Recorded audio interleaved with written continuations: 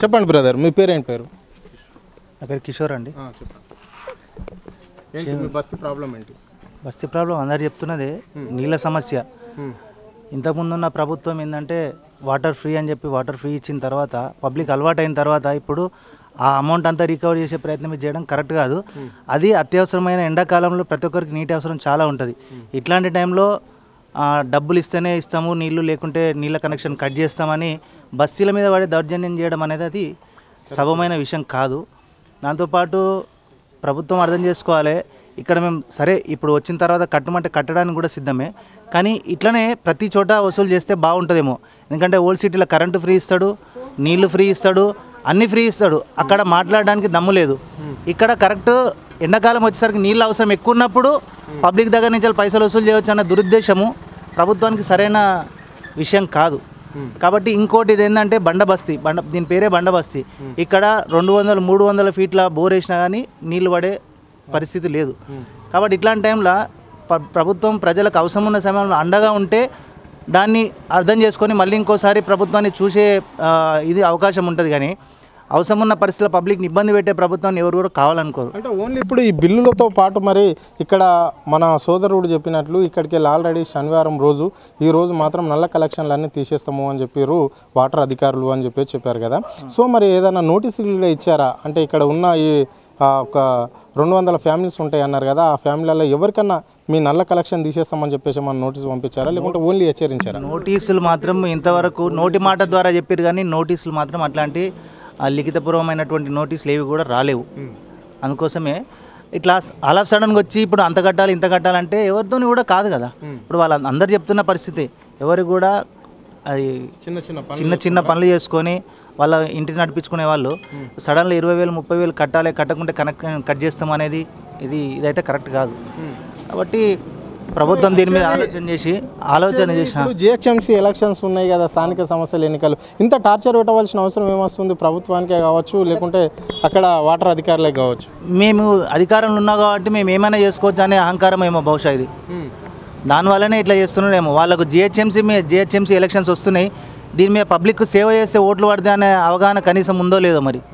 దానికోసమే వాళ్ళను సరే మీరు నోటీసులు ఇవ్వకుండా మీరు నల్ల కనెక్షన్ తీస్తా అంటే రండి, ఇక్కడ ప్రజలు కూడా వాళ్ళు ప్రతిస్పందన ఎలా ఉంటుందో చూస్తారు. మరి ఇప్పుడు వాటర్ బోర్డు అధికారులకు ఎప్పుడన్నా మరి వినతి పత్రం ఇచ్చారా? ఈ సమస్య ఇట్లా ఉంది, మాకు బిల్లులు అదనంగా చేస్తున్నారు, మేము వాడేదానికంటే ఎక్కువ చేస్తున్నారు, గత ప్రభుత్వంలో ఫ్రీగానే ఇచ్చిన వాటర్ను ఈ ప్రభుత్వం మళ్ళీ మాకు బిల్లులు రికవర్ చేస్తుంది అని చెప్పేసి ఎవరన్నా అధికారులకు కలిసారా మీరు?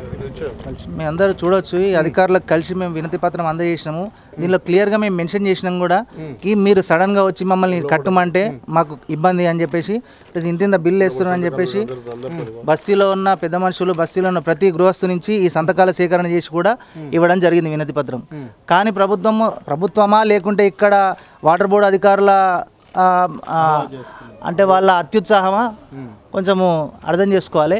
ఇది నిజంగా ప్రభుత్వానికి తెలియకుండా మాత్రము ఇది మీ ద్వారా ప్రభుత్వానికి తెలియజేసి ఈ అంటే అత్యవసరమైన టైంలో అండగా నిలబడాల్సినటువంటి ప్రభుత్వము వెన్నుపోటు పొడిచినట్టు చేయడం సరైనది కాదు అని మీడియా ద్వారా మీ అందరికీ ప్రభుత్వానికి వినతి చేస్తున్నాం. ఇంకా కొంతమంది ఇక్కడ మహిళలు కూడా ఉన్నారు, వాళ్ళని కూడా అడిగి తెలుసుకునే ప్రయత్నం చేద్దాం. చెప్పండి అక్క, ఎట్లా ఎందుకు ఎన్ని రోజులకు ఒకసారి వాటర్ వస్తుంది? మాకు 3 రోజులకు 4 రోజులకు ఒకసారి వస్తుంది అండి, 4 డేస్కి ఒకసారి వస్తుంది.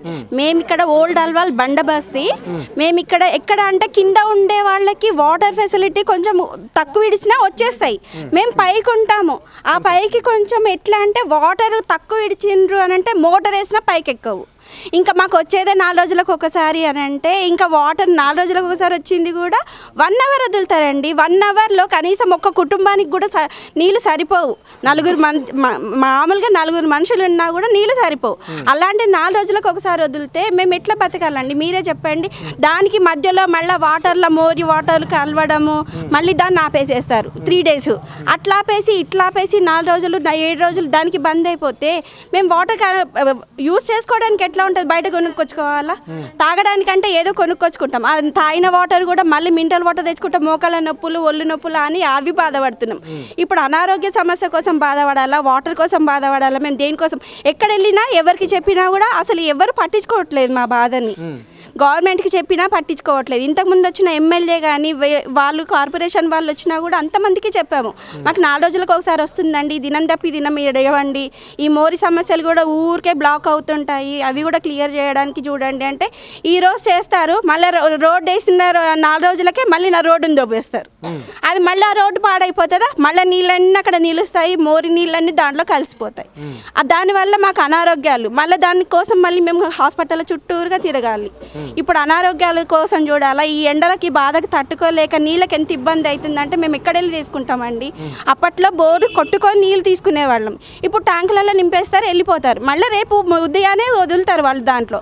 ఆ ట్యాంక్ నీళ్ళు ఇక్కడ ఇంతమంది ఉంటాము, ఈ 300 మంది కుటుంబాలు, ఆ కుటుంబాలకు ఆ ట్యాంకు నీళ్ళు సరిపోతాయా? ఎవరికి సరిపోవు. కనీసం వాడుకోవడానికి కూడా కావాలి కదా, తాగడానికంటే బయట నుంచి కొనుక్కొచ్చుకున్నా వాడుకోవడానికైనా ఉండాలి కదా అండి. కేసీఆర్ ప్రభుత్వంలో మరి వాటర్ ఎట్లా ఉండమ్మా? ఈ బస్ బాగుండేనండి అనొద్దు, కానీ కేసీఆర్ ప్రభుత్వంలో వాటర్ కోసం అయితే ప్రాబ్లం లేదు, బిల్లు కూడా కట్టాల్సిన అవసరం ఉండేది కాదు. వాళ్ళు ఎట్లా అంటే ఫ్రీ బిల్ అని చెప్పారు కాబట్టి వాటర్ ఇచ్చారు. ఈ ప్రభుత్వం ఇప్పుడు కాంగ్రెస్ ప్రభుత్వం వచ్చాక బిల్లు కట్టమని అంటున్నారు, కడతాము కాదని నేను అంటలేదు.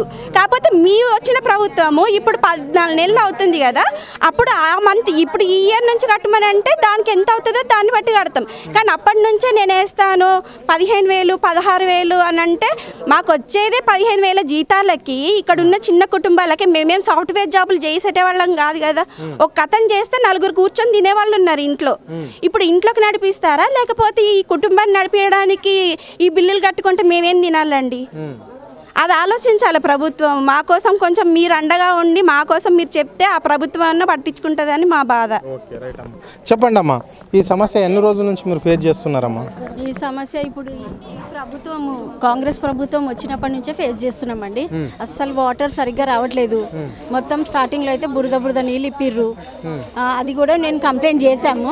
ఆ మోరి నీళ్ళు వస్తే దానికి కూడా కంప్లైంట్ చేసి అబ్బాయి వాటర్ ఇప్పే అబ్బాయికి చెప్పేసి అది కూడా క్లియర్ చేయించుకున్నాము. మేము చేయించుకున్న తర్వాత మళ్ళీ వాటర్ కూడా సరిగ్గా ఇప్పమంటే ఆయన ఇప్పడంట. ఆయన ఏమంటున్నాడు, నాకు ఇంతే ఆర్డర్ ఉంది, నేను ఇంతే ఇప్పుతాను ఆయన అంటున్నాడు. కంప్లైంట్ ఇచ్చుకోరి, నాకు తెలియదు, ఏం చేసుకుంటారు చేసుకోపోరి అంటున్నాడు నీళ్ళు ఇప్పేటైనా. ఇట్లా మాట్లాడితే ఎట్లా చెప్పండి? అది కూడా సన్నగా ఇప్పుతాడు, సన్నగా ఇప్పి 1 గంట ఇప్పితే ఎట్లా నీళ్ళు పట్టుకోవాలి? తాగడానికి, వాడుకోవడానికి, బట్టలు ఉతుకోవడానికి, దేనికి అవుతాయి నీళ్ళు? ఇప్పుడే ఇట్లుంటాయి, ఇప్పుడు వచ్చేది ఎండకాలం అమ్మ, మరి ఎట్లా ఉంటుంది పరిస్థితి, ఎట్లా ఉంటుంది ఇంకా? అందుకే సార్ మేము ఇప్పుడు పోరాటం చేసేది దాని గురించే. మా ఇక్కడ ఇప్పుడు ఇటు సైడ్ మొత్తం బండబస్తీ అంతా 4 రోజులకు ఒక్కసారి, అక్కడ సైడు గవర్నమెంట్ హాస్పిటల్ ఉంది, అక్కడనేమో దినం తప్పించి దినం నీళ్ళు వస్తాయి. అదేమో ప్రెషర్ ఫుల్, వాళ్ళకి నీళ్ళు కింద పోతాయి, అక్కడ ఎవరు అడిగేటోళ్ళు లేరు. మేము అదే అడిగినాం, మరి అక్కడ అట్లెందుకు ఇక్కడ ఇట్లెందుకు? మాకు కూడా దినం తప్పించి దినం నీళ్ళు ఇడవమని చెప్తున్నాము, ఇడవాడంట ఆయన. ఇట్లా మరి ఇడవకపోతే ఏంది మరి పరిస్థితి? ఇట్లనే బిల్లులు కట్టాలని చెప్పేసి అధికారులు మీ మీద ఒత్తిడి చేస్తే మీరు ముందు ఎట్లా ఉండబోతుంది మరి మీ కార్యాచరణ? మేమైతే అందరం కలిసి అక్కడ వాటర్ ట్యాంక్ దగ్గర, అక్కడ ఆఫీసర్ దగ్గరికి వెళ్ళి మాట్లాడదామని మళ్ళీ అనుకుంటున్నాం సార్. మేము మళ్ళీ ఒకసారి వెళ్ళి వాళ్ళకైతే చెప్తాము, ఇంకా చూస్తాం మరి ఎట్లయితుందో అని తెలియదు. మేమైతే అందరం అక్కడికి వెళ్దామని అనుకుంటున్నాము. చెప్పండి అమ్మా.